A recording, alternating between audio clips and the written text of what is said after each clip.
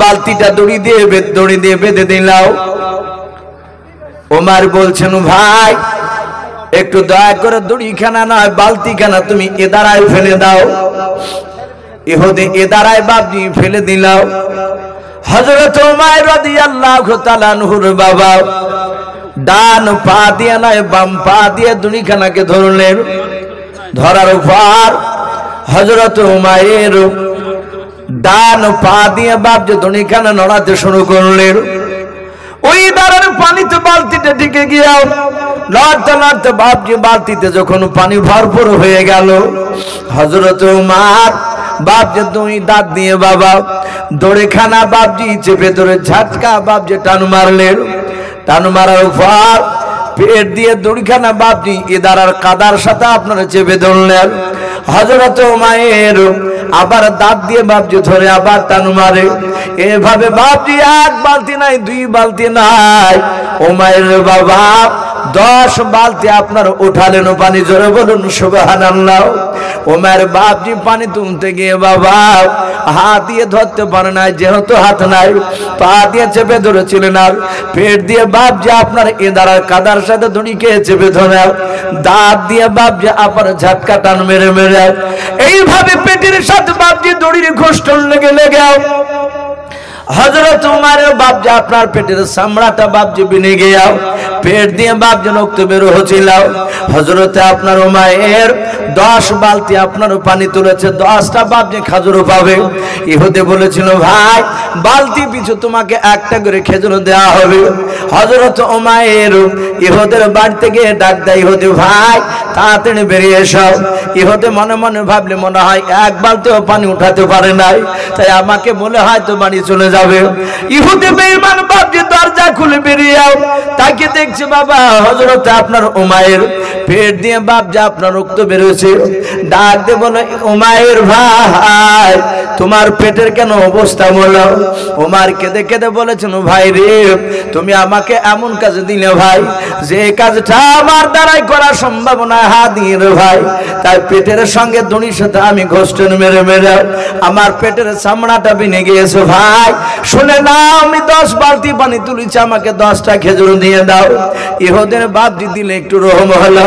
পেটে রক্ত বাড়ানো দেখে বাবা এক নাই দুই নাই, ইহুদি আল্লাহর নবী জনাবে মুহাম্মদ রাসূলুল্লাহ সাল্লাল্লাহু তাআলা আলাইহি ওয়াসাল্লামের বাবজি আপনার সাহাবা ওমরকে 110টা খেজুর দিলেন। বলুন সুবহানাল্লাহ।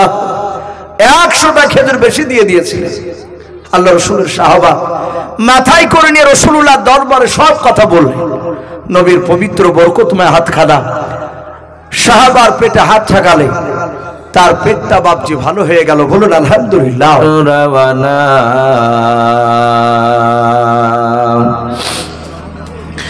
और काफिर मक्काबासी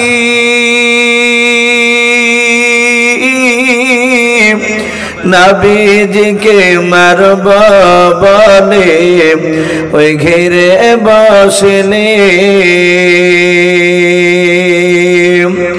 আমার নবীর পায়ের জোতার সমান, নবীর পায়ের জোতার সমান হতে পারবে না।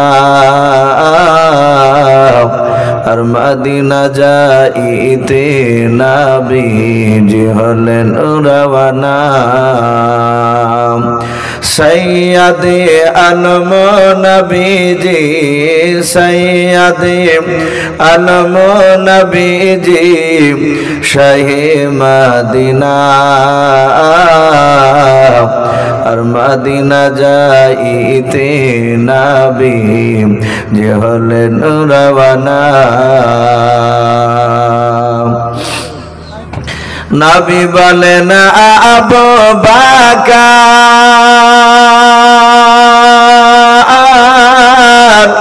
হিজরত করে চল গো ওই হুকুমে খোদার।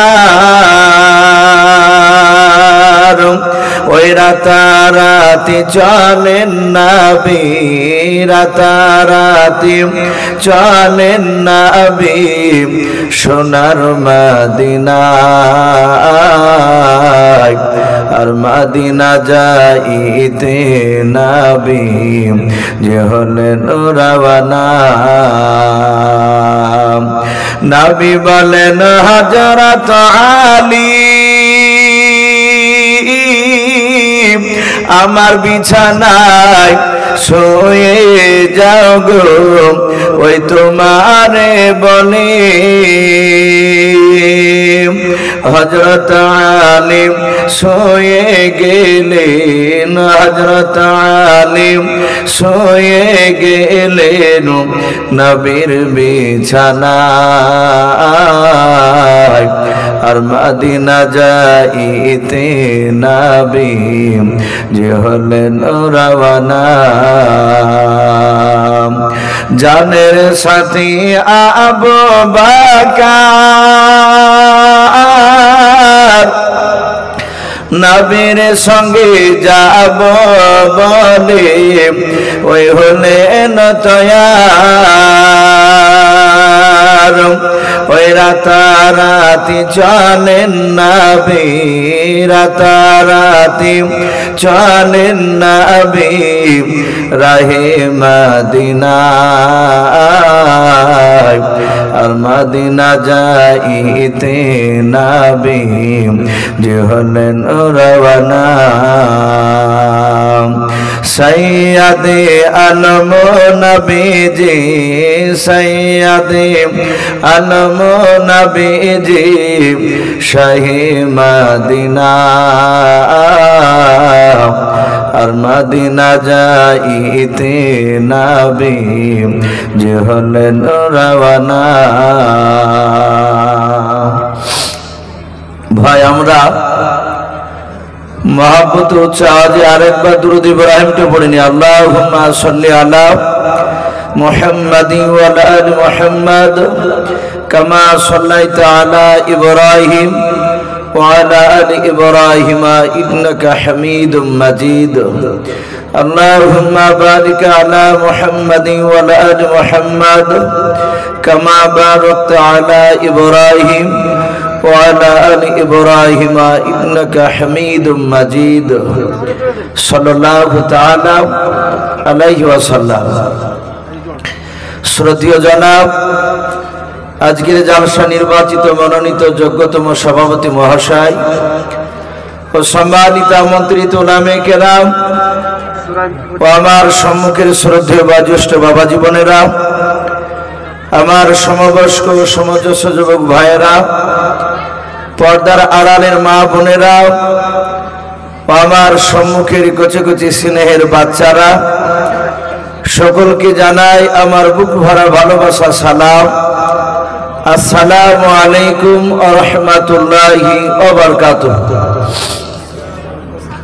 বাবজি সবাই উত্তর দিলেন না সালাম দেওয়া হচ্ছে সুন্নাত আর উত্তর দেওয়া হচ্ছে একটু কি জোরে বলেন তো নফল না ওয়াজিব না ফরজ একটু জোরে বলো ওয়াজিব নবীজি বলেছেন সালাম শোনার পর কোন মুসলমান ভাই যদি সালামের উত্তর না দেয় যারা দিবে না তাদের আমলনামা থেকে 10টা নেকি কেটে 10টা নেকি জায়গায় গুনাহ লিখে দেয় আমরা পবিত্র এই সারানপুর এই মাদ্রাসা এসেছি বাপজি নেকের আশায় কেউ গুনাহ নেওয়ার জন্য বাপজি আসে নাই তাই প্রতিটা বাপজি ভাইদেরকে আমি দ্বিতীয়বার সালাম দিব সকলে উচ্চ আওয়াজে একটু মহব্বতে সালামের উত্তরটা দিবেন আসসালামু আলাইকুম ওয়া রাহমাতুল্লাহি ওয়া বারাকাতুহু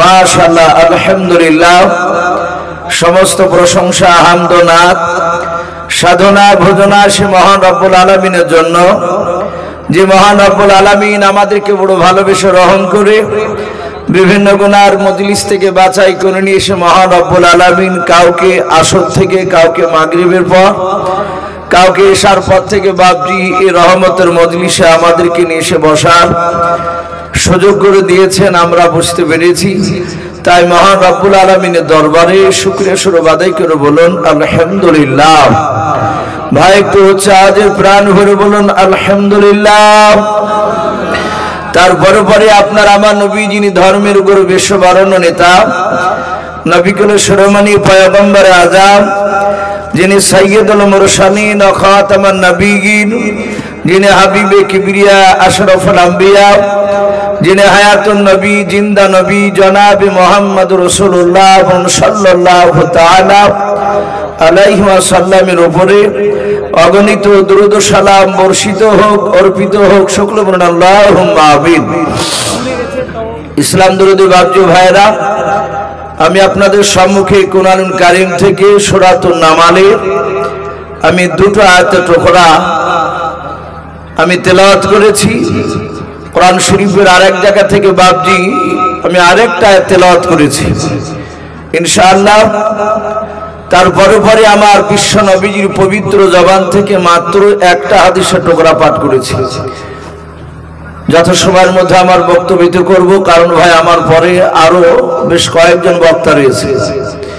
যেসব বাবজি ভাইরা আপনারা ছন্ন ছাড়া হয়ে এখন বসে আছেন, হয়তো বসেছিলেন জমা অবস্থায়, কালেকশন করলে আদায় করলে মানুষ অনেকে উঠে চলে যায়। তো যাই হোক, আমি আপনাদের কাছে বাবজি আদায়ের ব্যাপারে বিরক্ত করব না। ইমন ভাই বলেছেন এসো ভাই কিছুক্ষণ একটু আলোচনা আপনি করবেন। তা আমি প্রতিটা বাবজি ভাইদেরকে বলবো, ভাই যারা এখনো পর্যন্ত বাড়ি যাননি বসে আছে, আমরা জানি যে যত রাত্রি হয় তত আল্লাহর রহমতের দরজাগুলো খুলে যায়। বলুন সুবহানাল্লাহ। যত গভীর রাত্রি হবে তত আল্লাহর রহমতের দরজা খুলে যায়।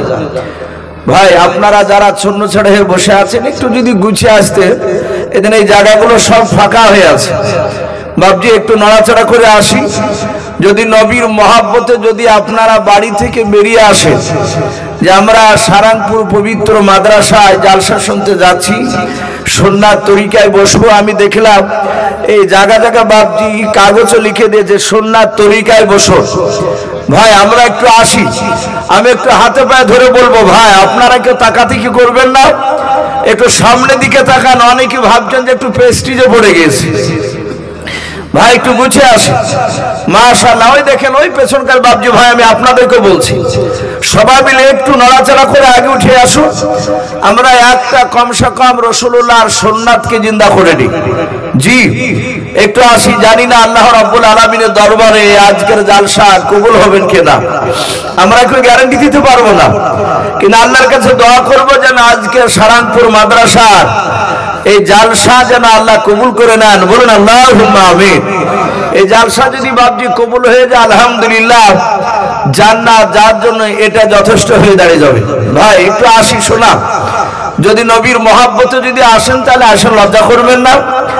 আর যদি নবীর মহাব্বতে না আসেন তাহলে বাবজি ডেকে রাখতে পারবো না। একটু আসি ভাই।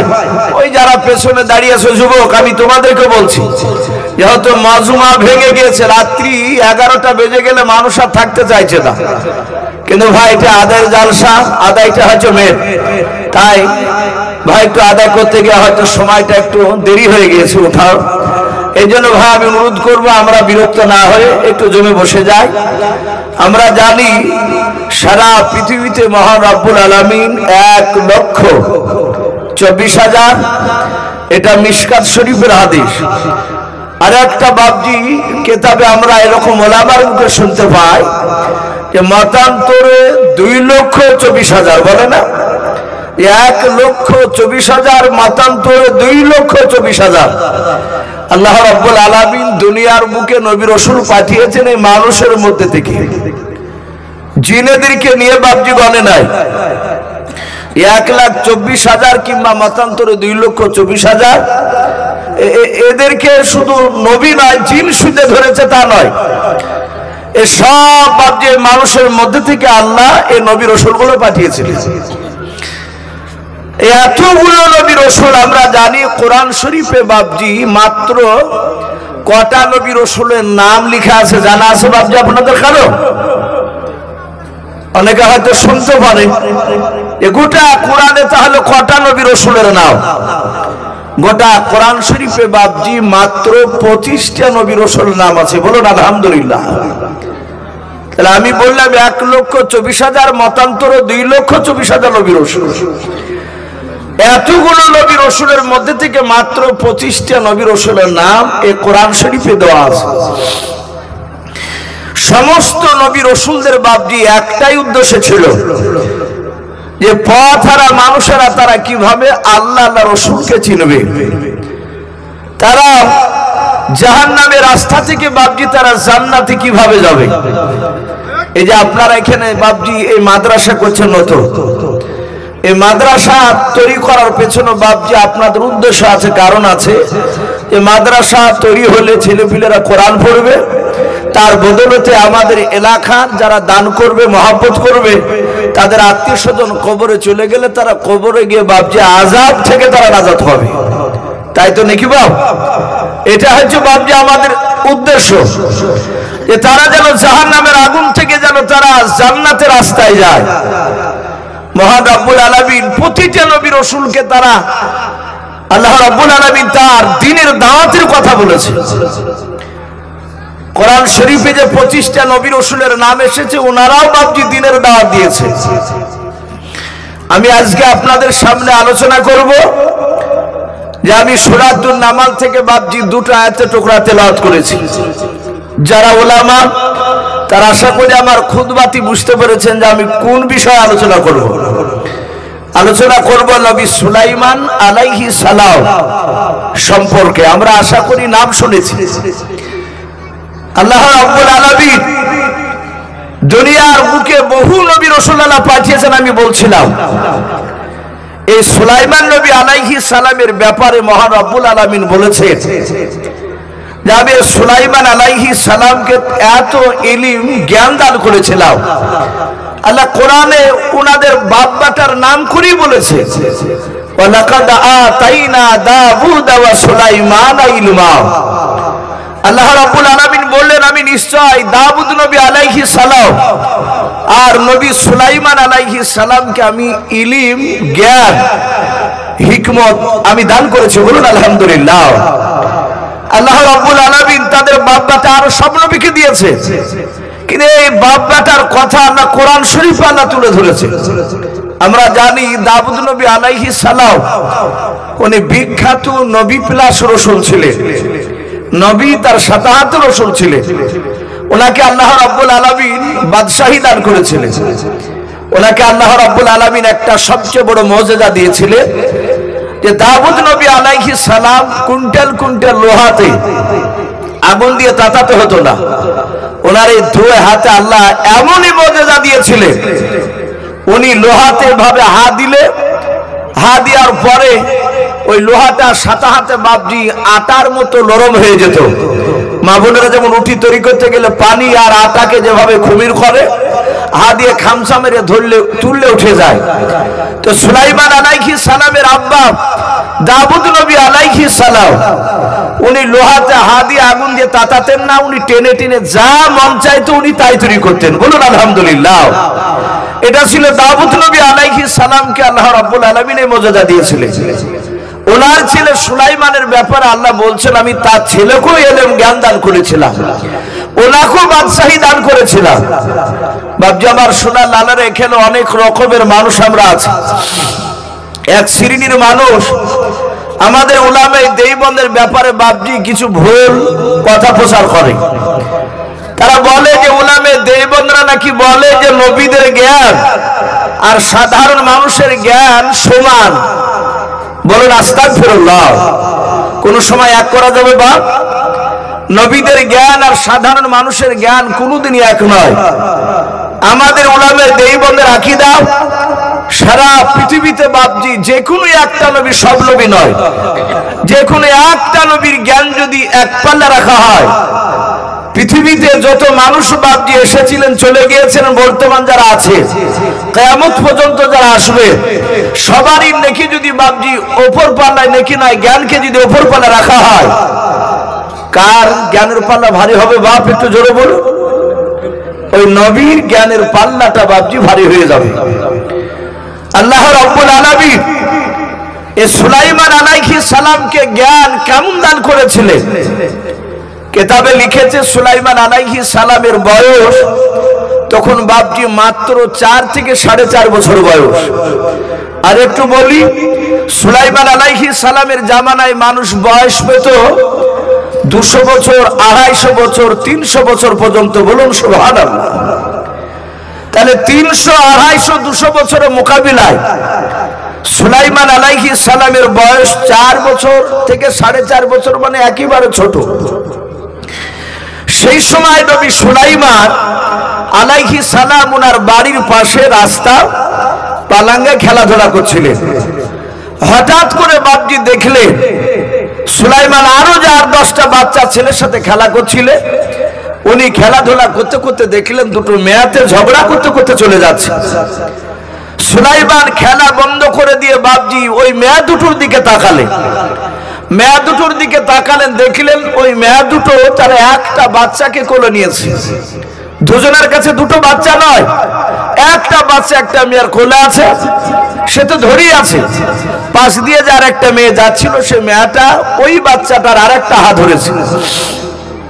ধরে দুজনাই ঝগড়া করতে করতে সুলাইমান দেখলেন তার আব্বা দাউদ নবী আলাইহিস সালামের ঘরের দিকে চলে গেলেন। সুলাইমান আবার খেলাধুলা শুরু করে দিলেন।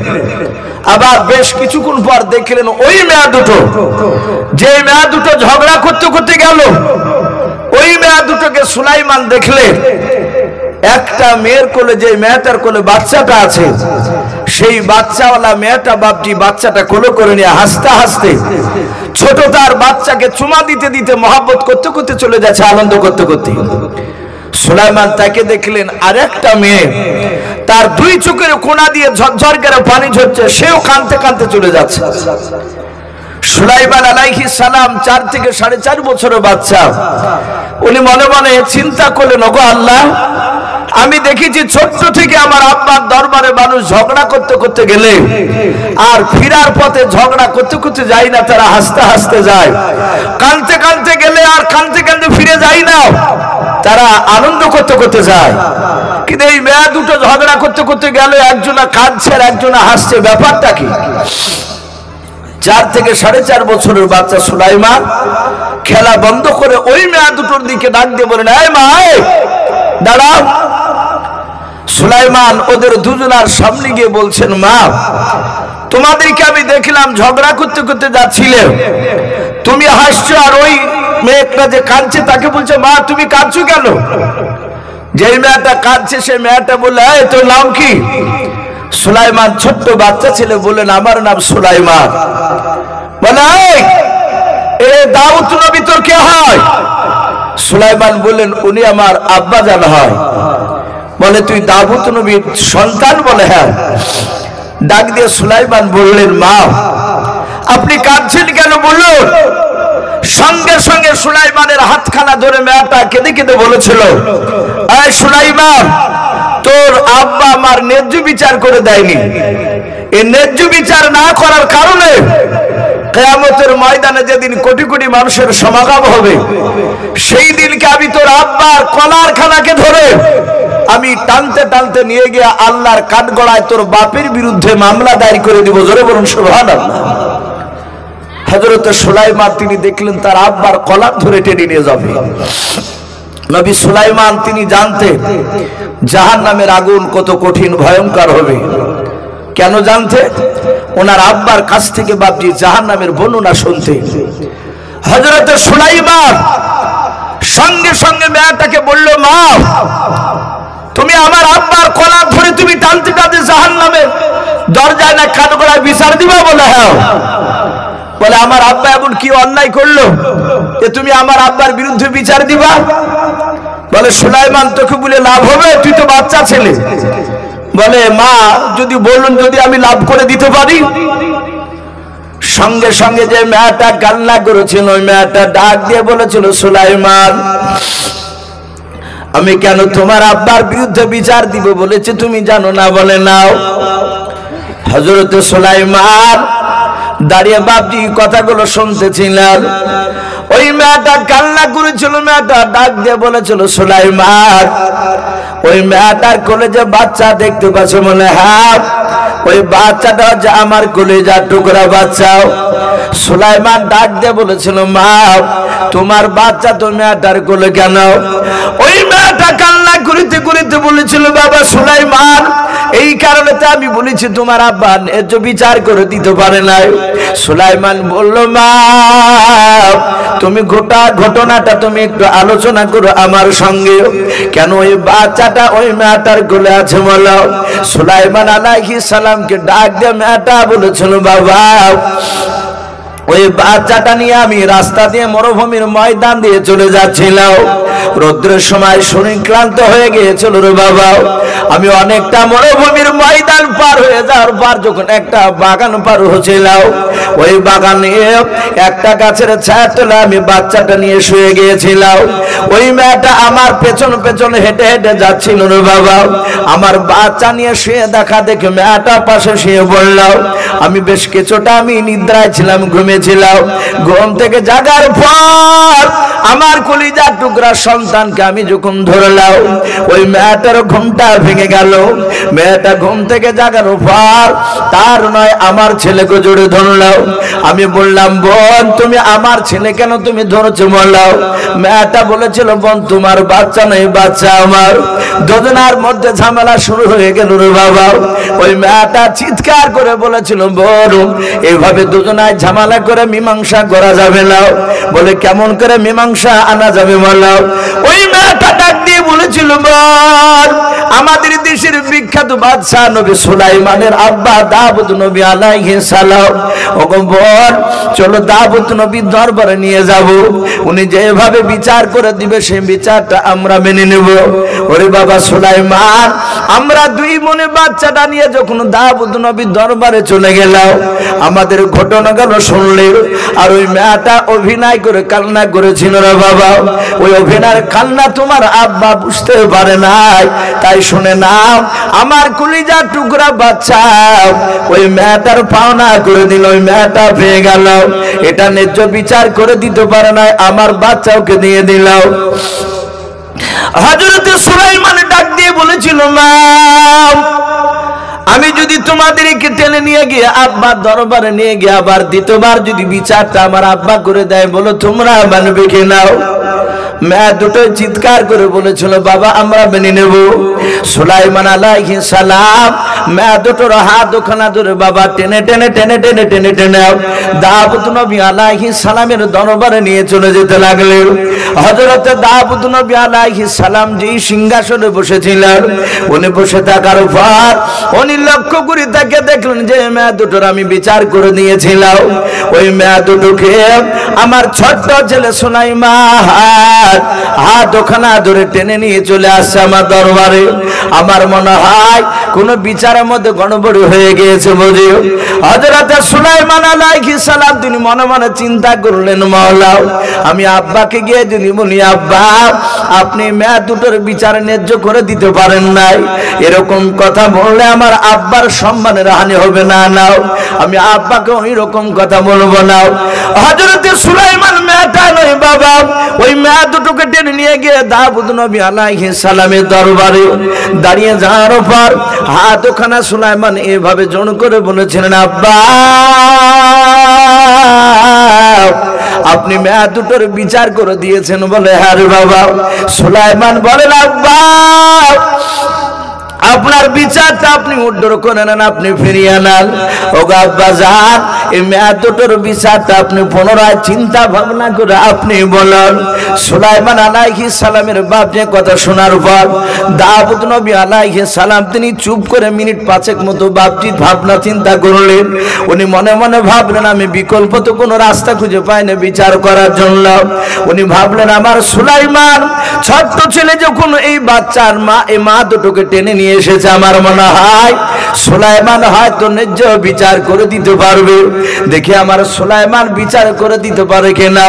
হযরত দাউদ নবী আলাইহিস সালাম সুলাইমানকে ডেকে লক্ষ্য করে বলেছিলেন, ওরে বাবা সুলাইমান, আমার বিচারটা আমি উদ্ধার করে নিলাম, আমি ফিরে নিলাম। সুলাইমান, আমি তোমার আব্বা হয়ে আমি তোমাকে হুকুম করলাম, এই মেয়ে দুটোর তুমি ন্যায্য বিচার করে দেখে দাও। সুলাইমান আলাইহিস সালাম উনি মুচকি মুচকি হাসছে, বলে আব্বা, আমি বাচ্চা ছেলে সুলাইমান, আবার মাত্র 4.5 বছর বয়স। কোন কোন মুফাসসিরিন কিরাম লিখেছেন 4 বছর। বলে আব্বা, আমি এই বয়সে বিচার করবো? বলে হ্যাঁ। বলে বাবা, তুমি যখন টেনে নিয়ে এসেছো একটু দেখাও না। সুলাইমান পেছন ঘুরে মেয়া দুটোর দিকে লক্ষ্য করে বলেছিলেন, ওগো মা, আমার আব্বা বিচার ঘুরে নিয়েছে, আর আব্বা বিচার করবে না। আমি ওনার সন্তান, আমাকে হুকুম দিয়েছে, তোমরা কি মানবা? আমি যদি যেই বিচার করে দিব সেই বিচার। যেই মেয়েটা বাপজি বাচ্চা নিয়ে হাসতে হাসতে যাচ্ছিল, সে মনে মনে ভাবছে সুলাইমানের আব্বা বিচার করে আমাকে বাচ্চা পাওনা করে দিয়েছে, তার সন্তান বিচার করবে। আমার ধারণা যে তার আব্বার বিরুদ্ধে বিচার করতে যাবে না, ও সুলাইমান বিচার করে বাচ্চা আমারই পাওনা করে দিবে। মেয়েটা চট করে বলল, বেটা আমি রাজি আছি। সুলাইমান দ্বিতীয় মেয়েটাকে বলেছিলেন, মা তুমি কি রাজি আছো? দ্বিতীয় মেয়েটা যে কাঁদতে কাঁদতে যাচ্ছিল, সে বলল, বাবা আমি রাজি আছি বাবা। ও ভেবেছিল যে যদি সুলাইমান বাচ্চাটা যদি আমার করে দেয়, দুজনাতি বাপজি রাজি হয়ে গেল। সুলাইমান আলাইহিস সালাম হাতখানা বাপজি বাড়ি দিয়ে যে মেয়েটার কোলে বাচ্চা ছিল, সেই মেয়েটাকে বলল, মা এই বাচ্চাটা আমাকে দাও। মেয়ে দুটোর মধ্যে যার কাছে বাচ্চা ছিল সে সুলাইমানকে দিয়ে দিল। সুলাইমান বাচ্চা ছেলেটাকে কোলে নিয়ে হযরতে দাউদ নবী আলাইহিস সালাম তিনি ভাবছেন, দেখি সুলাইমান কি করে বিচার করে। হযরতে দাউদ নবীর হাতে কোলে দিয়ে দিলেন বাচ্চাটা, বলে আব্বা বাচ্চাটা আপনি ধরুন। সুলাইমানের আব্বা হাত বাড়িয়ে বাচ্চাটা ধরলেন। তাফসীরে লিখেছে সুলাইমান আলাইহিস সালাম আর কোনো কথা বললেন না। বাচ্চা দাউদ নবীকে দেওয়ার পরই সোজা দৌড়ে বাপজি আপনার ঘরের দিকে আপনার চলে গেলেন। দাউদ নবী আলাইহিস সালাম মনে মনে ভাবছেন, আমার ছেলে পালিয়ে গেল কেন? আমি মনে হয় ভুল করলাম, আমার ছেলেকে বিচার করতে দিই। এই বাড়ির দিকে কেন দৌড়ে গেল? দাউদ নবী আলাইহিস সালাম দেখলেন, বাবা বাড়ির ভেতর থেকে সুলাইমান খালি হাতে আসে না, দেখছেন হাতে একটা বড় ধারালো বাপজি হোসেয়াও। আল্লাহর নবী সুলাইমান আলাইহিস সালাম হোসাখানা নিয়ে যখন বাপজি বাড়ির ভেতর থেকে বেরিয়ে আসছিলেন, হযরত দাউদ নবী আলাইহিস সালামের বাপজি পেশানি গুলো, কপাল গুলো বাপজি ঘেমে গেল। কপাল দিয়ে বাপজি আপনার যখন পেশানি ঘাম বের হতে লাগলো, উনি মনে মনে চিন্তা করেছেন, আল্লাহ আমার ছোট ছেলে সুলাইমানকে কেন আমি বিচার করতে দিলাম? আমি মনে হয় ভুল করলাম। এই ছোট ছেলে সুলাইমান যদি ওই কলিজা টুকরা বাচ্চা ছেলেটাকে যদি জবাই করে দেয়, আমার ছেলে সুলাইমান কিয়ামতের ময়দানে কোনোদিন জান্নাত যেতে পারবে না। হযরত দাউদ নবীর চেহারা দিয়ে বাপজি ঘাম ঝরছে। সুলাইমান আলাইহিস সালাম বুঝতে পেরেছেন আব্বা চিন্তিত অবস্থায়, ডাক দিয়ে বলেন, আব্বা চিন্তা করবেন না। সুলাইমান হাত ওখানে বানিয়ে বলেন, আব্বা বাচ্চাটা আমার কোলে নিয়ে দাও। সুলাইমান বাপজি বাচ্চাটা কোলে নেওয়ার পর মেয়ে দুটোর সামনে গিয়ে বাপজি মাটিতে শুয়ে দিলেন। বাচ্চাটা মাটিতে শুয়ে দেওয়ার পর হযরত সুলাইমান আলাইহিস সালাম ডান হাতে বাপজি হোসেখানা ধরে আছে। সুলাইমান যে মেয়েটা বাপজি হাসতে হাসতে যাচ্ছিল, ওই মেয়েটাকে সুলাইমান লক্ষ্য করে বলেছিল, মা এই বাচ্চাটা যদি আমি পুরোটাই তোমাকে দিয়ে দিই, তাহলে মা তোমার কোলটা ভরে যাবে। এই দ্বিতীয় মেয়েটা যে কান্না করতে করতে যাচ্ছিল, এই মেয়েটার কোলটা ভরবে না। যেই মেয়েটা কাঁদতে কাঁদতে যাচ্ছিল, ওই মেয়েটার দিকে লক্ষ্য করে সুলাইমান বলেছিল, মা এই বাচ্চাটা তোমাকে দিয়ে দিলাম, তোমার কোলটা ভরে যাব, ওই মেয়েটার কোলটা ভরবে না। ওগো মা, তাহলে ন্যায্য বিচার হবে না? বলে না। আর ন্যায্য বিচার না করতে পারলে তুমি আমার আব্বার মতোই তুমি আমার বিরুদ্ধে বিচার দিবা আল্লাহর দরবারে। ওই মেয়েটা বলল, হ্যাঁ বাবা, যদি ন্যায্য বিচার তুমি না করো, কিয়ামতের ময়দানে তোমার আব্বার তোমাকে টেনে নিয়ে যাব। সুলাইমান আলাইহিস সালাম ডাক দিয়ে বললেন, মা শুনে নাও, এই হোসাখানা দেখতে পাচ্ছ? বলে হ্যাঁ হ্যাঁ। সুলাইমান ডাক দিয়ে বলল, মা এই বাচ্চাটার দুই পায়ের মাঝখানে হোসেখানা বেঁধে দিও, আমি তাজা জিন্দা অবস্থায় ফড়ফড় করে ফেড়ে ফেলবো। অর্ধেকটা তোমাকে দিব, অর্ধেকটা তোমাকে দেব, দুজনার মধ্যে সমান সমান করে ভাগ হয়ে যাবে, এর ন্যায্য বিচার হয়ে যাবে। বলো মা, তোমরা মানবা কি নাও? বলো আমি এক্ষুনি জবাই করে দিব, নিবে কি নাও? যেই মেয়েটা বাপজি প্রথমে বাচ্চা নিয়ে হাসতে হাসতে যাচ্ছিল, ওই মেয়েটা ডাক দিয়ে বলে, সুলাইমান জবাই করে দিলে আমি মানতে রাজি আছি তোমার বিচার। হযরত সুলাইমান আর কিছু না বলে বাবা ও সেখানে দুই বাচ্চার নয়, এক বাচ্চার দুই পায়ের মাঝখানে বেঁধে দিয়ে টান মারে ফাটতে যাবে রে বাবা। আর যে মেয়েটা বাপজি কাঁদতে কাঁদতে যাচ্ছিল, বলেছিল, সুলাইমান তোমার আব্বার বিরুদ্ধে কিয়ামতের ময়দানে আমি বিচার দেব। তোমার আব্বা ন্যায্য বিচার করে দিতে পারে না। ওই মেয়েটা বাপজি সুলাইমান আলাইহিস সালামের বাবা পা দুখানা বাপজি আপনার জুড়ে ধরে বলেছিল, ওরে সুলাইমান আমি তোমার আর তোমার আব্বার বিরুদ্ধে আমি কিয়ামতের ময়দানে বিচার দেব না রে বাবা। আমি তোমার পা দুখানা ধরে বলি, বাবা আমি তোমার ন্যায্য বিচার পেয়ে গেছি বাবা, আমার ছেলেকে তুমি জবাই করো নাও। সুলাইমান বাপ যে ডাক দিয়ে বললো, মা কেন জবাই করবো নাও? ও মা তুমি কি নিবা না? অর্ধেকটা বাচ্চা না নেবে ন্যায্য বিচার হবে না। ডাক দিয়ে বললো, বাবা আমি অর্ধেকটা নেব না, আমি তোমার ন্যায্য বিচার পেয়ে গিয়েছি। ওরে বাবা সুলাইমান, অর্ধেকটা যদি জবাই করে তুমি দিতে যাও আর আমি যদি নিতে চাই, আমার ছেলে জনম জনমকার মতো শেষ হয়ে যাবে আর জিন্দা থাকবে না। ওরে বাবা সুলাইমান, আমি জনম দক্ষিণে মা সহ্য করতে পারবো না। বাবা শুনে না, আমার অর্ধেকটা জবাই না করে পুরোটাই মেয়েটাকে দিয়ে দাও, আর তোমাদের বিরুদ্ধে কোনো বিচার থাকবে না। বলুন সুবহানাল্লাহ। সুলাইমান আলাইহিস সালামের আব্বা দাউদ নবী আলাইহিস সালাম আমার পাশে যেমন এই বাপজি বসে আছে, হযরতে দাউদ নবী তিনি আশ্চর্য হয়ে যাচ্ছেন সুলাইমানের এই বিচক্ষণতা, তার বুদ্ধি মেধা দেখে, যে দেখি সুলাইমান আলাইহিস সালাম কেমন করে বিচার করে। হযরতে সুলাইমান আলাইহিস সালাম হোসেখানা বাপজি টান মেরে ফেলে দিয়ে বাচ্চাটা দুই হাত দিয়ে তুলে যে মেয়েটা জবাই করতে বারণ করেছিল সেই মেয়েটার কোলে দিয়ে বলল, আব্বা এই মেয়েটারই হচ্ছে প্রকৃতি বাচ্চা। হযরতে দাউদ নবী আলাইহিস সালাম বলেন, বাবা বুঝলি কি করে? বলে, আব্বা জান ওই দ্বিতীয় মেয়েটা বলেছিল যে আমি অর্ধেকটা জবাই করে নিতে রাজি আছি। ও জানে যে বাচ্চা আমার নয়, এ বাঁচলি কি আর মরলি কি, আর ই জানে ই হচ্ছে আমার কলিজার টুকরা সন্তান।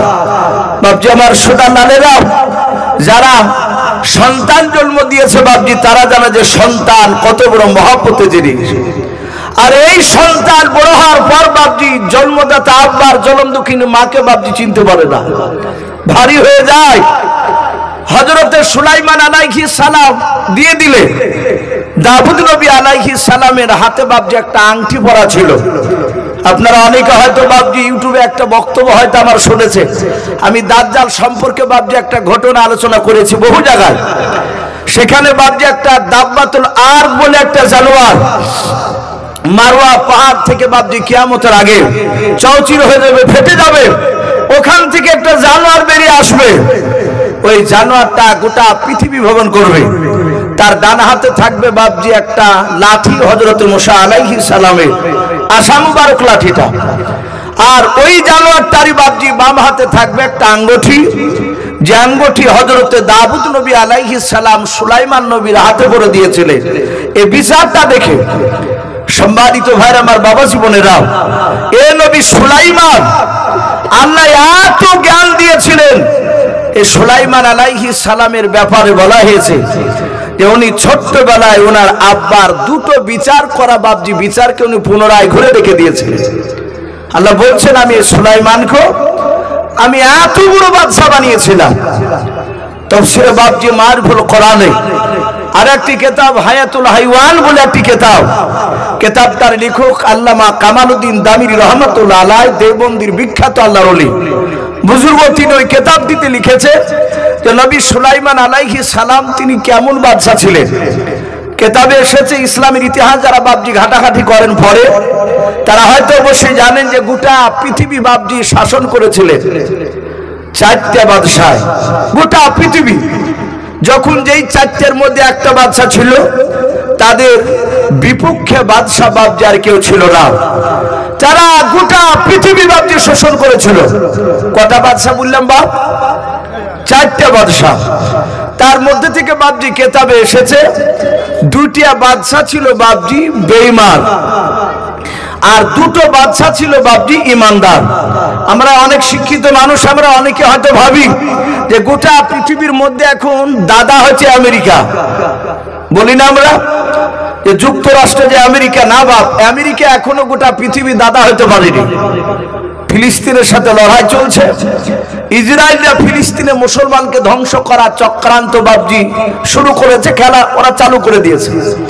আর ওদেরকে মদত যোগাচ্ছে এই ইসরায়েল ইহুদি কুত্তার বাচ্চাদেরকে আমেরিকা সরকার, আরো অনেক সরকার আছে, কিন্তু এখনো বাপজি আমেরিকার দাদা সারা পৃথিবীর হতে পারেনি। আর এরা চারজনা গোটা পৃথিবীর দাদা ছিল, দুটো মুসলমান আর দুটো ছিল বেঈমান। যেই দুটো বেঈমান বাদশা ছিল বাপজি তাদের মধ্যে একটা বেঈমান বাদশা নাম ছিল বখতে নাসার, নাম শোনো নাই বা? বখতে নাসার। দ্বিতীয় আর একটা বেঈমান বাদশা গোটা পৃথিবী বাপজি শোষণ করেছিল, লুটি ফুটিয়ে খাত, মানুষের উপর অত্যাচার চালাতো। তার নাম এই নমরুদ বেঈমান। হযরতে ইব্রাহিম আলাইহিস সালামের জামানায় যে বেঈমান বাদশা ছিল এই নমরুদ, গোটা পৃথিবী বাপজি সে দাদাগিরি দেখেছিল। এরা ছিল দুটো বেঈমান বাদশা। আর দুটো যে বাপজি ইমানদার বাদশাহ, তার মধ্যে থেকে বাপজি একটা ইমানদার বাদশাহ কোরআন শরীফে তার নাম এসেছে, তার নাম হচ্ছে যুলকারনাইন। কি নাম বললাম বা? যুলকারনাইন কোরআন শরীফে এসেছে। আমরা জানি ইয়াজুজ মাজুজ বলে বাপজি একটা দল কিয়ামতের আগে বেরিয়ে আসবে, বলে না উলামারা? ইয়াজুজ আর মাজুজ এদের যে বাপজি গুহাখানা সীসা বলে ঢালাই করে দিয়েছিলেন এই যুলকারনাইন বাদশাহ, উনি তুলহ শাম সার গুরুব শাম, সূর্য যেখান থেকে উদিত হয় এবং সূর্য যে জায়গায় গিয়ে ডুবে যায় সেই জায়গার কাছাকাছি এই যুলকারনাইন গিয়েছিলেন। বলুন আলহামদুলিল্লাহ। এই ইমানদার বাদশাহ দ্বিতীয় আর একটা বাদজি বাদশাহ গোটা পৃথিবী শাসন করেছিলেন, তিনারও নাম কোরআন শরীফে এসেছে। উনি হচ্ছেন হযরতে সুলাইমান আলাইহিস সালাম। এই সুলাইমান আলাইহিস সালাম তিনি কত বড় বাদশাহ, কত বড় সিংহাসনে বসতেন এটাও কিতাবে লিখেছে। কিতাবে লিখেছে উনি যে স্টেজের উপর বসে থাকতেন সুলাইমান, ওই স্টেজের উপরে বাপজি এইরকম চেয়ার নাই, বড় বড় চেয়ার, 6 লক্ষ চেয়ার। আর তো বলুন আলহামদুলিল্লাহ। ক লক্ষ বললাম? 6 লক্ষ চেয়ার। আমার মনে হয় এই সারাংপুরের মাটিতে 6 লক্ষ চেয়ার ধরবে না। তাহলে কত বড় সিংহাসন! এ শুধু কি চেয়ার থাকতো খালি? বলে না, আল্লাহ বলছেন আমি এত বড় বাদশা বানিয়েছিলাম। সুলাইমান আলাইহিস সালামের দরবারে 6 লক্ষ সৈন্য বসে থাকতো। সুলাইমান সিংহাসনে মাঝখানে বসে থাকতে, আর ওনার ডান দিকে বাপজি চেয়ারে থাকতো 3 লাখ আপনার আমার মতো মানুষ, ইমানদার মানুষ 3 লাখ। সুলাইমান আলাইহিস সালামের বাম সাইডে যে বাপজি আপনার চেয়ার থাকতো 3 লাখ, তাতে থাকতো বাপজি জিন জাতি বলে একটা জাতি পৃথিবীতে আছে। এই জিন জাতির মধ্যে থেকে বাপজি আপনার ইমানদার জিন 3 লাখ 24 ঘন্টা বসে থাকতো। তাহলে টোটাল বাপজি 6 লক্ষ জিন আর মানুষ মিলে। আল্লাহ রাব্বুল আলামিন বলেন, আমি সুলাইমানকে আমার বাতাস তাবে করে দিয়েছিলাম। বলুন সুবহানাল্লাহ। লক্ষ লক্ষ বাপজি পাখিরাও, আল্লাহ বলছেন সুলাইমান যখন দিনের বেলা বসে থাকতেন, সূর্যের তাপ লাগতো তার সৈন্যদেরকে। অত বড় সিংহাসনের ওপরে তো ছাদ ছিল না, আপনার পলাথিন টাইপের কোনো ক্যাপাসিটিও ছিল না, তাহলে রোদ্দুর লাগবে। আল্লাহ বলছেন সারা দিন পাখিরা তার সিংহাসনকে ঘেরাও করে ওপরে সেখানে উড়তো ডানা মেলে, যেন সূর্যের তাপ যেন তার সৈন্যদেরকে না লাগে। জোরে বলুন সুবহানাল্লাহ। কত বড় বাদশা সুলাইমান। আল্লাহ রাব্বুল আলামিন বলে এই সুলাইমান আলাইহিস সালামকে কত বড় বাদশা বানিয়েছিলেন সূরাতুন নামাল আল্লাহ বলেছেন। এই সুলাইমান সিংহাসনে চেপে বাপজি আপনার 6 লক্ষ সৈন্য নিয়ে বাপজি তিনি আকাশপথে ভ্রমণ করতেন, ঘুরে বেড়াতেন। একবার জোরে বলবেন না সুবহানাল্লাহ। উনি আকাশপথে ঘুরতেন, উনি জমিন থেকে উপরে কতটা দূর দিয়ে যেতেন তাও কিতাবে লিখেছে। প্রায় 1350 কিলোমিটার উপর দিয়ে সুলাইমান যাতায়াত করতেন। বলুন আলহামদুলিল্লাহ।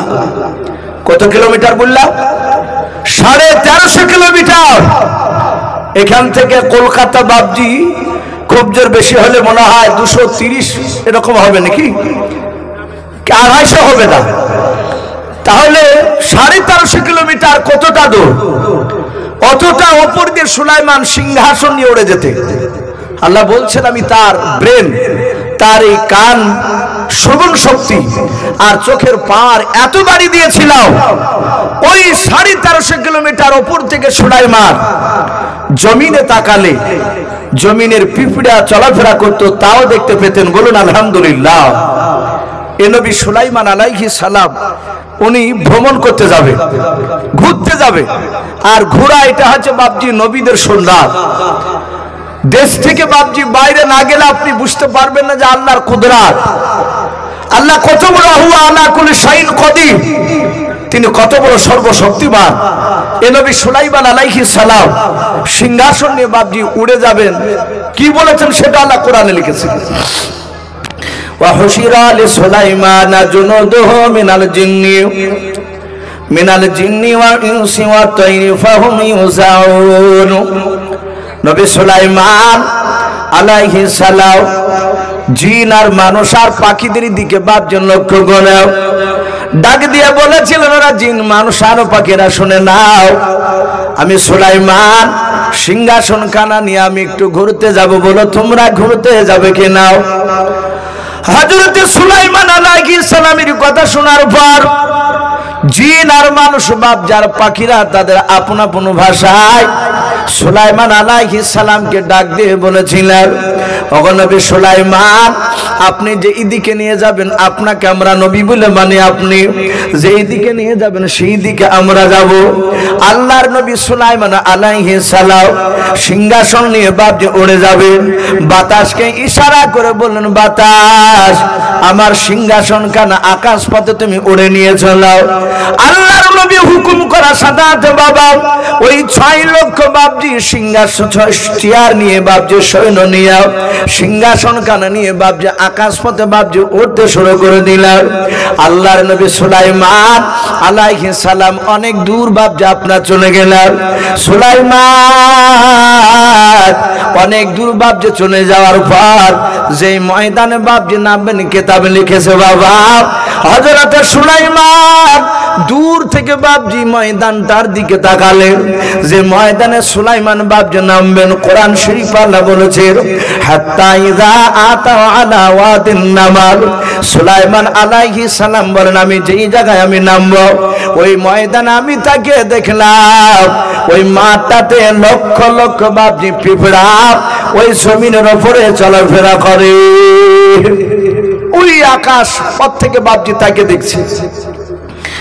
হযরত সুলাইমান বাতাসকে ইশারা করে বলেছিলেন, বাতাস ওই দেখ মাঠটা দেখতে পাচ্ছিস? বলে হ্যাঁ, মাঠে নিয়ে গিয়ে আমার সিংহাসন খানা নামিয়ে দে। সুলাইমান আলাইহিস সালাম যাহাতে ইশারা করলেন বাতাসের ভাষায়, বাতাস নবী সুলাইমানকে বলেন চিন্তা করবেন না। সুলাইমান উনি বলেন আমি যখনই ওই ময়দানে নামতে গেলাম প্রায় 2.5 থেকে 3 কিলোমিটার দূর থেকে আমি দেখলাম হাজার হাজার লক্ষ লক্ষ পিঁপড়ার মধ্যে থেকে বাবা একটা পিঁপড়া নবী সুলাইমান আলাইহিস সালামের সিংহাসনের দিকে তাকানোর উপর ওই পিঁপড়া কি যেন তার সাথীদেরকে গুনগুন করে বলল। সুলাইমান আলাইহিস সালাম বলেন, আমি যখন সিংহাসন নিয়ে নেমে গেলাম দেখলাম ওই হাজার হাজার লক্ষ লক্ষ পিঁপড়ার মধ্যে থেকে মাত্র একটা পিঁপড়া, যে পিঁপড়া আমার দিকে তাকিয়েছিল আমি নামার আগে, ওই পিঁপড়াটা বাদ দিয়ে সব পিঁপড়া হুড় হুড় করে তারা আপন আপন গর্তে প্রবেশ করলো। বলুন সুবহানাল্লাহ।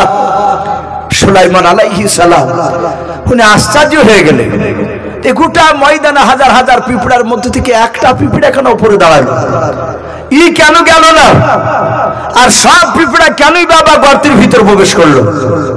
সুলাইমান আলাইহিস সালাম সিংহাসন থেকে নামলেন, নামার পরে এক পা দুপা করে হেঁটে গিয়ে ওই পিঁপড়াটা বাপজি ডান হাতে ধরলেন, ধরার পর বাম হাতে তালুতে নিলেন, তালুতে নেওয়ার পরে সুলাইমান আলাইহিস সালাম পিঁপড়ার ভাষায় সুলাইমান বলছেন, এই পিঁপড়া, এই আমি আকাশ পথ থেকে দেখলাম এই ময়দানে হাজার হাজার পিঁপড়ে ছিল, সব পিঁপড়া গর্তে চলে গেল, তুই যেন কি বললি, কি এমন কথা বললি যে পিঁপড়া গর্তে চলে গেল। সুলাইমান আলাইহিস সালাম পিঁপড়ার ভাষায় কথা বলেছেন, পিঁপড়া অবাক। পিঁপড়া বলছে, ওগো নবী সুলাইমান, আপনি আমার ভাষা বলতে পারেন? সুলাইমান নবী বলেন, আমি তোর ভাষা বলতে পারি, আমি বুঝতে পারি। জোরে বলুন সুবহানাল্লাহ।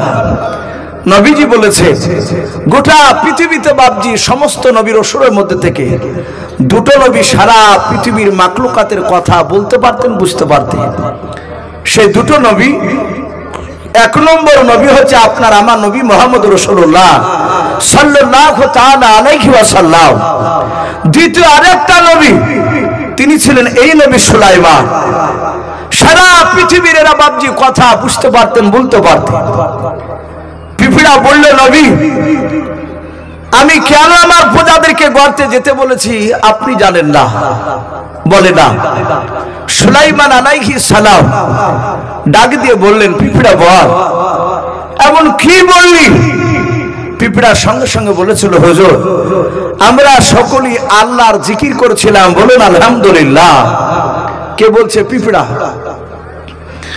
বলে, নবী, আমরা সকলেই জিকির করেছিলাম, আর আল্লাহ কোরআন পাকে বলেছেন, ইউসাব্বিহু লিল্লাহি মা ফিস সামাওয়াতি ওয়া মা ফিল আরদ। আমার আল্লাহ বলেন, আসমান জমিনের মধ্যে যাহা কিছু আছে বাবা, সব মাখলুকাতে আল্লাহর জিকির করে, তাসবিহ করে। বলুন সুবহানাল্লাহ। ওই পিঁপড়া ডাক দিয়ে বলেছিল, নবী সুলাইমান, আমি আপনার সিংহাসনের দিকে আমি তাকালাম, এত বড় সিংহাসন খানাও আপনি আমার বুকে নামে দিবেন বলে, হ্যাঁ। আমি মনে মনে ভাবলাম আপনার গতি দেখে এখানে নামবেন। ওগো নবী সুলাইমান, আমরা সবাই মিলে আল্লাহর তাসবিহ করেছিলাম। শুনে নেন, আমার প্রজারা যদি একটিবার যদি তাকে দেখে, হয়তো আপনার সিংহাসন খানা দেখতে গিয়ে আল্লাহর জিকির থেকে হয়তো বঞ্চিত হয়ে যাবে। ওগো নবী সুলাইমান, আমি আমার প্রজাদেরকে গর্তে যেতে বললাম, তারা যেন আপনার সিংহাসন দেখতে নাও পায়, আর জিকির থেকে যেন বঞ্চিত না হয়। আল্লাহ রাব্বুল আলামিন এই পিঁপড়া এই কথাটা শুনে আল্লাহ এত খুশি হয়েছিলেন। আল্লাহ রাব্বুল আলামিন খুশি হয়ে পিঁপড়ার নামে একটা সূরা কোরআন শরীফে পাঠিয়ে দিয়েছেন। বলুন আলহামদুলিল্লাহ। এই সূরাতুন নামাল 114টা সূরার মধ্যে পিঁপড়া নামে একটা সূরা। এ নবী সুলাইমান আলাইহিস সালাম উনি বললেন, পিঁপড়া এ কথা বলে, হ্যাঁ। সাথে হাতে বাপজি পিঁপড়াটাকে হাত দিয়ে ধরে মাটিতে রেখে দিলেন। এখন বাপজি আমরা হয়তো অনেকেই জানি যে নবী সুলাইমান আলাইহিস সালাম যে পিঁপড়ার সাথে বাপজি কথা বলেছিল, কোরআন শরীফ আল্লাহ ওটা বলে দিয়েছেন, পিঁপড়াটা বেটা ছেলে ছিল না মেয়ে ছেলে ছিল। কোরআনে লিখেছে পিঁপড়াটা ছিল মেয়ে পিঁপড়ে। কি পিঁপড়ে বললাম? মেয়ে। ওই পিঁপড়া বলেছিল, আমি রানী এই ময়দানে, সমস্ত পিঁপড়ারা আমার নেতৃত্ব মেনে চলে। নবী সুলাইমান আলাইহিস সালাম সঙ্গে সঙ্গে বাপজি আপনার পিঁপড়াটাকে হাতে করে তুলে যখন মাটিতে রেখে দিলে, পিঁপড়া বলল, ওগো নবী সুলাইমান, আপনি আমাকে ফেলে দিলেন? নবী বললেন, না তো, আমি তো ফেলি নাই। বলে, তাহলে হুজুর আরে একবার আপনি আপনার হাতে তালুতে নেন। নবী সুলাইমান আলাইহিস সালাম আবার হাতে তালুতে নিলেন। নেওয়ার পর বলেন, বল পিঁপড়া, কি তাড়াতাড়ি বলবি, বল। পিঁপড়া বলল, হুজুর আপনি যখন আমার দেশে যখন ঘুরতে এসেছে, তাহলে তো আপনি আমার দেশের মেহমান। জোরে বলুন আলহামদুলিল্লাহ। পিঁপড়াতে বলছে, আপনি আমার দেশের মেহমান। ওগো নবী সুলাইমান, আমি এই ময়দানের রানী, তাহলে দয়া করে আপনি আমার দাওয়াত গ্রহণ করুন। দাওয়াত দিচ্ছে পিঁপড়াতে নবী সুলাইমানকে। সুলাইমান আলাইহিস সালাম উনি মুচকে মুচকে হাসছেন পিঁপড়ার দাওয়াত শুনে। ইয়া বা কি খাওয়াবে? ডাক দিয়ে বলেছিল, এই পিঁপড়া, আমি এখানে একা আসিনি, ওই সিংহাসনের উপরে 6 লক্ষ সৈন্য আছে আমার, সবাইকে খেতে দিতে পারবি? পিঁপড়া রানী বলেছিল, হুজুর চিন্তা করবেন না, আপনার সৈন্যর সকলের দাওয়াত থাকলে একবার জোরে বলুন সুবহানাল্লাহ। সুলাইমান আলাইহিস সালাম তিনি দাওয়াত গ্রহণ করলেন। দেখে দিন আমাকে কি খাওয়ায়, আর পিঁপড়ে এমন কি খাওয়াবে আমাদের সবাইকে। সুলাইমান আলাইহিস সালাম সিংহাসনে বসা, পিঁপড়া রানী গর্তে বাপজি চলে গেল। বেশ কিছুক্ষণ পর বাপজি গর্ত থেকে ফিরে আসার পরে দেখছে তার পেছন পেছন কয়েকটা পিঁপড়াতে আপনার বড় খানচা, বড় থাল যাকে বলি আমরা। মসজিদে বাপজি আপনাদের এখানে তাবলিগ আসে না? তাবলিগ আমাদেরকে দেখবেন বাপজি, ওরা ওই বড় খানচাতে 4 জন 5 জন মিলে খাবার খায়। তো কয়েকটা থানাতে বাপজি টিড্ডি ভাজা করে নিয়ে আসলেন। টিড্ডি ছোট ছোট বাপজি এক ধরনের পোকার মতো দেখতে, ওই ধানের উপরে এক ধরনের দেখেন ফড়িং দেখতে পাওয়া যায়। মাথাটা মোটা, বডিটা বাপজি বেশ ভালোই মোটা, পাগুলো লম্বা, সবুজ রঙের, বেশি দূর উড়ে যায় না, 10-12 হাত উড়িয়ে গিয়ে ধপাস করে বসে পড়ে। আমরা অনেকে হাঁটু পানে বলি, গাঙ্গুহি বলি। তো ওই রকম বাপজি কেউ বলেছেন একেবারে ওটাই ছিল টিড্ডি, আর না হলে ওই রকম কোয়ালিটি। কয়েকটা ভাজা করে নিয়ে এসে সুলাইমান আলাইহিস সালাম উনি বসে দেখলেন টিড্ডি ভাজা খানচাতে। পিঁপড়া রানী বলল, হুজুর আপনি খান, আপনার সৈন্যদেরকে খেতে বলুন, তার আগে সকলকে বিসমিল্লাহ বলে খেতে বলুন। জোরে বলুন সুবহানাল্লাহ। কে বলছেন? পিঁপড়াতে, যে বিসমিল্লাহ বলে খেতে বলল। তাহলে আমরা বুঝতে পারলাম বিসমিল্লাহ নবী জামানাতে চালু হয়েছে তা নয়, ওই বিলকিস রানী না সুলাইমান আলাইহিস সালামের সময় থেকে বাপজি এই বিসমিল্লাহ চালু ছিল। হযরতে সুলাইমান খেতে লাগলে, তার সৈন্যরা খেলে, আল্লাহ রাব্বুল আলামিন এত বরকত দিলেন যে ওই টিড্ডির কয়েকটা রান খেতে পারে না। জোরে বলুন আলহামদুলিল্লাহ। এত বরকত দিলেন। নবী সুলাইমান আলাইহিস সালাম বলেন, পিঁপড়া আমি তোমার দাওয়াত গ্রহণ করলাম, তোমার কাজ ছুটি, আমারও কাজ ছুটি, যাও তুমি চলে যাও, আমি যে কাজে এসেছি সে কাজটা আমি হাসিল করে নিই। সৈন্যরা বলল, হুজুর আমরা এখন কি করব? নবী সুলাইমান বললেন, এ জিন আর মানুষ, তোমরা বেশি নয় মাত্র 2 ঘন্টার মতো এই গোটা ময়দানটা যাও, একটু ঘোরা করে এসো। বলে তাই? বলে হ্যাঁ। বলে দুজনাই নয়, 2 ঘন্টার মতো যাও, 2 ঘন্টার পর আবার ফিরে আসবা। 2 ঘন্টা যেন পার না হয়। পাখিরা উপর থেকে বলছে, হুজুর আমরা? বলে তোরাও যা। জিন আর মানুষ আর পাখিরা বাপজি তারা সবাই চলে গেল। ঠিক 2 ঘন্টার পর বাপজি তারা আপন আপন জায়গায় এসে আবার হাজির, কারণ নবী সুলাইমান আসতে বলেছে। নবী সুলাইমান আলাইহিস সালাম সিংহাসনে বসে দেখলেন সবাই চলে এসেছে। আল্লাহর নবী সুলাইমান আলাইহিস সালাম মানুষদেরকে ডাক দিয়ে বলেন, ওগো মানুষেরা, বলো তোমরা সবাই মিলে এসেছো কিনা একটু দেখো, তোমাদের চেহারের দিকে লক্ষ্য করে দেখো। মানুষেরা বাবা ডান দিকে বাম দিকে সামনে পেছন দিকে তাকে দেখার পর বলো, হুজুর একটা চেয়ারও ফাঁকা নাই, সবাই মিলে চলে এসেছে। আল্লাহর নবী সুলাইমান আলাইহিস সালাম এবার জিনেদের দিকে লক্ষ্য করে বলেন, জিনেরা বলো তোমরা সবাই এসেছে কিনা? জিনেরা ডান দিকে বাম দিকে চারিদিকে লক্ষ্য করে দেখার পর ডাক দিয়ে বলেছিল, হুজুর আমরা সবাই চলে এসেছি, কেউ বাকি নাই। আল্লাহর নবী সুলাইমান আলাইহিস সালাম এবার পাখিদের দিকে লক্ষ্য করে ডাক দিয়ে বলেছিলেন, ওরে পাখিরা বল তোমরা সবাই মিলে এসেছো কিনা? পাখিরা সবাই মিলে তাকাতে কি করা পরে একটা পাখি বাবা চিৎকার করে নবী সুলাইমানকে বলেছিল, ওগো নবী সুলাইমান আমার ডান দিকের এই দিকের জায়গাটা আমার শূন্যস্থান এখনো পূর্ণ হয় নাই, এই জায়গাটা ফাঁকা আছে। বলে কেন? বলে নবী সুলাইমান এই ডান দিকে একটা পাখি ছিল, ওই পাখিটা আসতে পারে নাই। নবী সুলাইমান বলেন কোন পাখিটাও? কোরআন শরীফে বাপ যে তার নাম এসেছে হুদহুদ পাখি। কি পাখি বললে? হুদহুদ পাখি। বলে নবী এই হুদহুদ পাখিটা ডান দিকের এই পাখিটা আসতে পারে না। নবী বললেন তাহলে মনে হয় কোন জঙ্গলে আটকা পড়ে গেছে, একটু দেখো দিনি। এরা বাপজি ঘন্টাখানিক পাখি জিন আর মানুষ সবাই খোঁজাখুঁজি করে, কোথাও বাপজি আপনার হুদহুদ পাখির বাপজি আপনার দেখা মিলল না।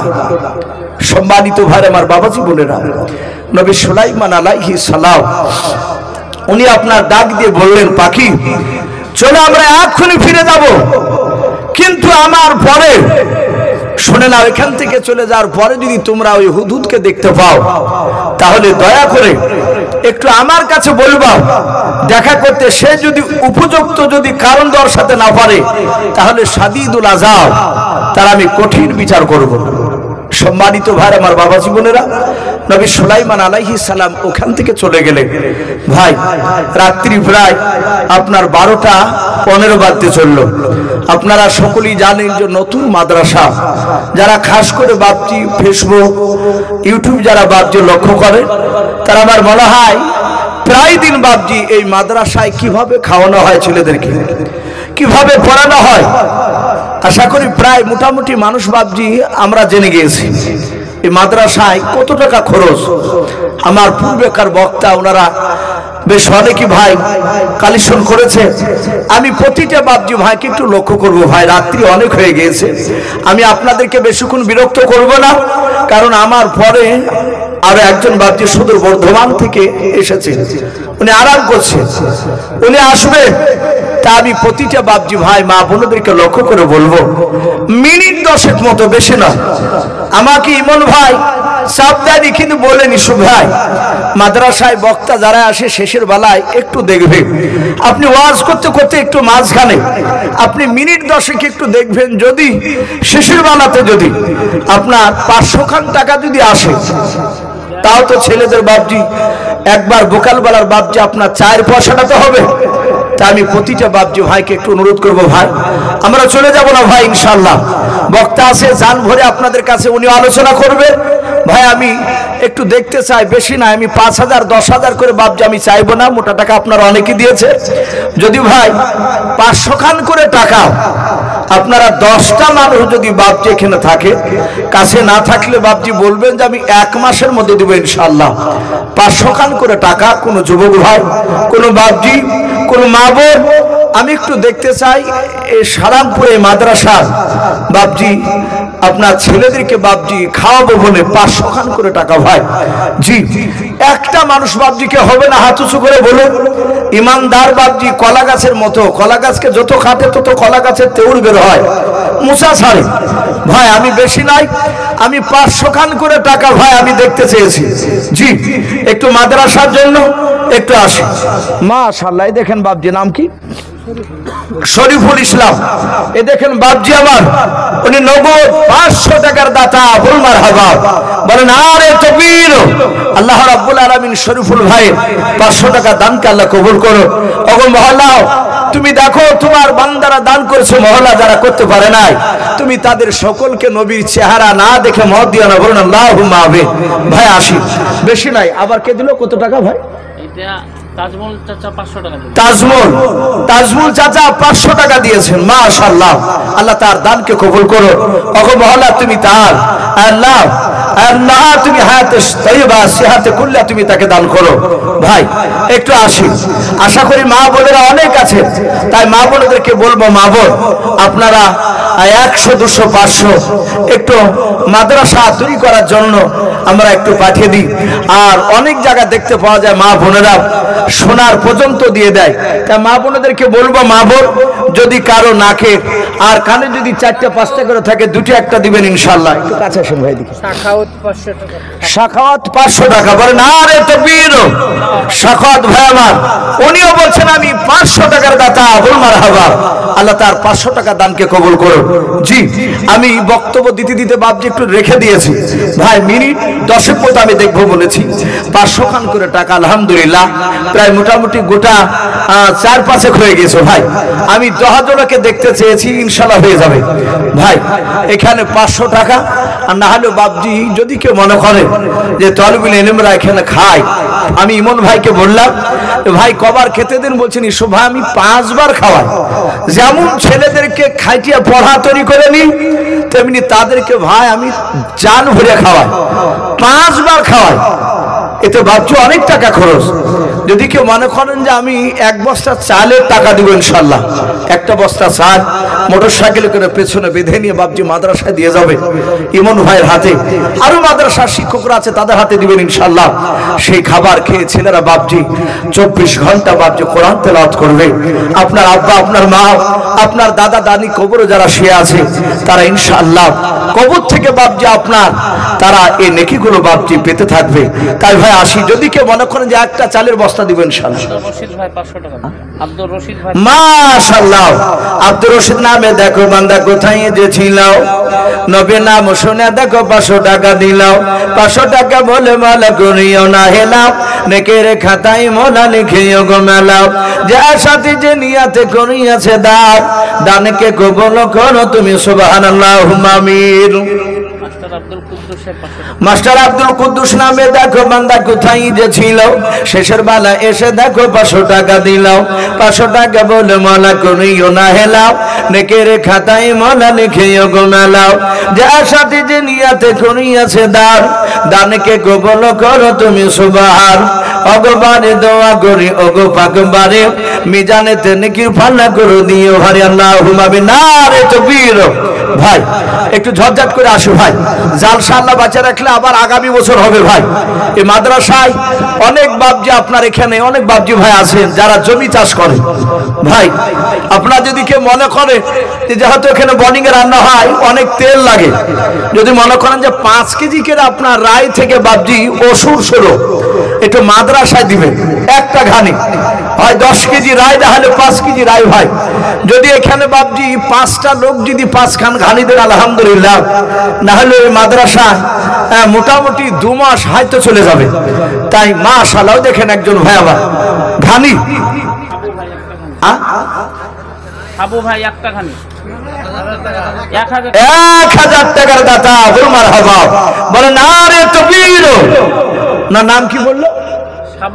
সাবু ভাই, উনি 1000 টাকার দাতা। বল মারহাবা, আল্লাহ তার 1000 টাকার দানকে আল্লাহ কবুল করুন। আল্লাহ তুমি তার আত্মীয় স্বজন কবর আযাবকে মাফ করে দাও। আল্লাহ তুমি তার ঈমানটা হযরত আবু বকর সিদ্দিক রাদিয়াল্লাহু তাআলা আনহুর মতো বানিয়ে দাও। ভাই এখানে অনেক বাপজি ভাই আছে, রায় আমরা জমিতে বলেছি ইনশাআল্লাহ রায় হবে তখন দিবেন। অনেকে গম হয়তো কেউ বলে দিয়েছেন, হয়তো আবার সামনে হয়তো বলতে পারে না কবিতায়, এখনো বাকি আছে হয়তো দিন। তাই ভাই বলবো গম কিংবা মসুরি আপনার যদি কেউ দিবে মনে করে, রসুন পেঁয়াজ এই মাদ্রাসার জন্য ভাই 5 কেজি 10 কেজি করে লেখাল ইনশাআল্লাহ অনেক হয়ে যাবে ভাই। আমরা 5টা যদি ঘানি দিই ইনশাআল্লাহ অনেক এগিয়ে যাবে। এখান থেকে কোনো বাপজি কোনো ভাই 1 টাকার ঘানি ভাই হবে না কেউ? জি 500 টাকা করে আলহামদুলিল্লাহ বেশ অনেকে দিয়েছে, 1000 টাকা দিয়েছেন ভাই। এখানে অনেক জমিওয়ালা মানুষ আছে, আল্লাহ ইচ্ছা করলে বাপজি জমির ফসল কালা নষ্ট করে দিতে পারে। কিন্তু ভাই মাদ্রাসা একটু ওয়াদা করি যে রায় দিলে সে রায়ের ওষুধ আমরা 10 কেজি কিংবা 5 কেজি এই মাদ্রাসায় দিয়ে দেবো ইনশাআল্লাহ। একটু আসি ভাই। আর মা বোনদের কাছে আমি অনুরোধ করবো, মা বোন আপনারাও 5 কেজি 10 কেজি রাই কিংবা হয়তো মসুরি গম আপনারা একটু ওয়াদা করতে পারেন 100-200 করে টাকা। ভাই আমি যেহেতু একটু তাড়াতাড়ি করছি, আমার পরের বক্তা হয়তো উনি আসবে, আর উনি সুদূর বর্ধমান থেকে বাপজি এসেছেন, সামনে যদি লোক না পায় তাহলে আমাদের হয়তো মুর্শিদাবাদের গিয়ে বাপজি বদনাম করবে যে রাত্রিবেলা আমাকে ধরলো, লোক পেলাম না। ওই জন্য ভাই আমি বেশিক্ষণ আপনাদেরকে কষ্ট দিব না ভাই। আচ্ছা ভাই একটা ঘানি কেউ হবে না ভাই? জি, কোন আল্লাহর বান্দা এই মাদ্রাসায় 10 কেজি আপনার রায়দান করবেন কিংবা 5 কেজি, একাই না পালে বাপজি 2 বন্ধুতে মিলে বলুন যে আমরা 10 কেজি 5 কেজি করে দিব ইনশাআল্লাহ। জি একটু আসি ভাই, যাক মাশাআল্লাহ রায় তো হয় আলহামদুলিল্লাহ। ভাই আমি বলছিলাম যে শেষের বেলায় ভাই 200-100 ভাই আপনাদের কাছে থাকলে একটু দেন ভাই, একটু মাদ্রাসার জন্য আমরা বিরক্ত হব না ভাই। এই মাদ্রাসায় আমরা 10 জন ব্যক্তি 100 টাকা করে দিলে 1000 টাকা হয়। জি একটু বারবার লিখান হযরত আবু বকর সিদ্দিক রাদিয়াল্লাহু তাআলা আনহু, হযরত ওমর ফারুক রাদিয়াল্লাহু তাআলা আনহু সব সাহাবারা বাপজি বসেছিলেন।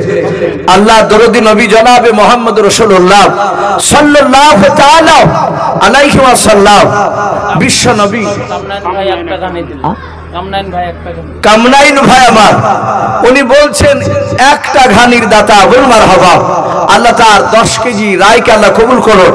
আল্লাহ রব্বুল আলামিন তার যত আত্মীয় স্বজন চলে গিয়েছে মহল্লা, তুমি সকল আত্মীয় স্বজন কবর আযাবকে মাফ করে দিও। আল্লাহ তুমি তার ক্ষেত খামার বরকত দিও।